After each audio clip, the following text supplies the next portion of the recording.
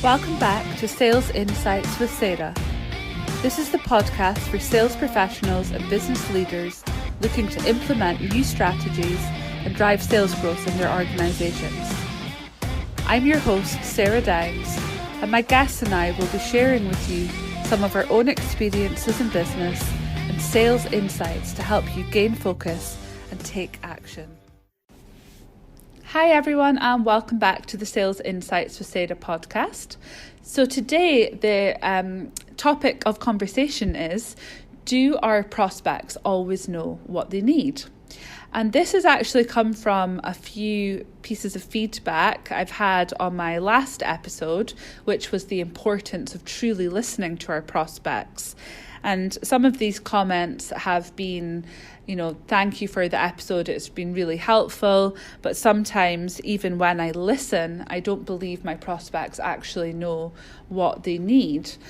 So I just wanted to talk about that and see if I can help any further. And it's something that I've been really interested in throughout my career in sales, and especially now as a business owner, because obviously when I'm creating new products and services, it's, how do we know what they should be? How do we know what to create? So it's something I've actually done, a lot of reading on, a lot of research on and testing. Let me share some of that with you. So when someone says to me, do our prospects always know what they need? In short, my answer would be, well, sometimes, because sometimes they do. Sometimes they're very clear on what they need and what they want. But most of the time, even when they think they know what they want, once you do a deeper analysis, ask some more questions, it can be quite different actually. But they will likely, think they know what they want in some of those conversations. So is it true, I guess, that people don't always know what they want until we actually show them? And therefore, when we do market research based on products and services, it's only going to show us so much. And actually, we really need to listen to our customers if we're going to, read between the lines of that market research.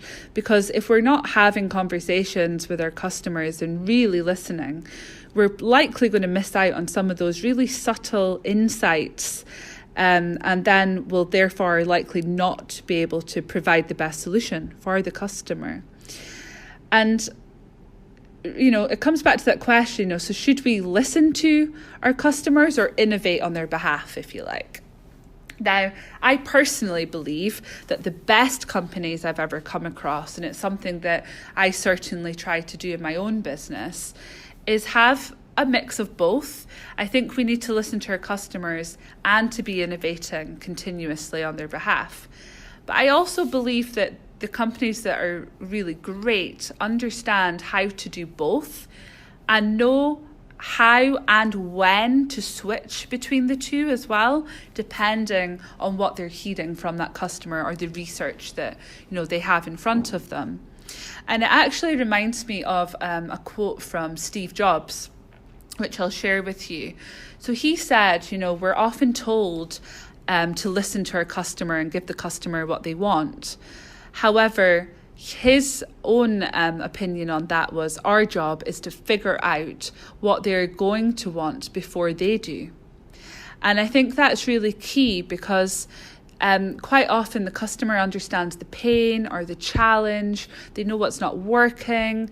They know what they want, as the solution potentially, but not what they want in the way of a product or service. So we need to figure that out and present it, back, if you like.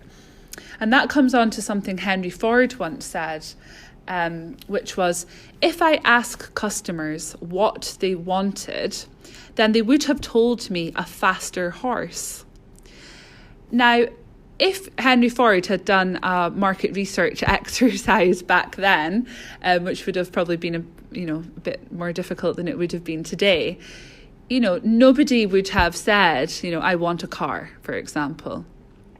But because he was truly listening to the conversations he was having with people and really understood their challenges, he zoned in on that word, a faster horse, not a slower horse, not a heavier horse, not a smaller horse, a faster horse.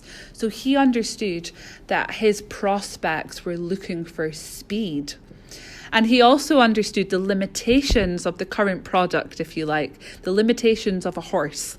And therefore, he had to innovate to provide that speed. So that's something that's always really stuck with me. And don't get me wrong, if you're one for reading books on business and strategy, I'm sure both of these quotes are ones that you will have come across before. But hopefully this is just a wee reminder. And to go back to the question, that I keep getting, do our prospects always know what they need? No, they don't always know.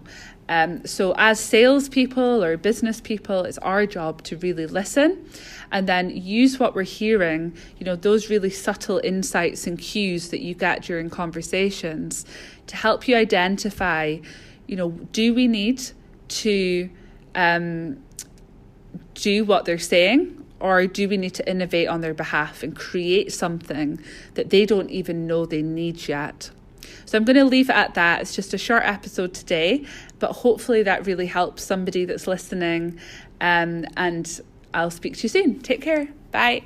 Thank you for listening to the Sales Insights with Sarah podcast. Remember to subscribe if you haven't already so that you are notified of every new episode.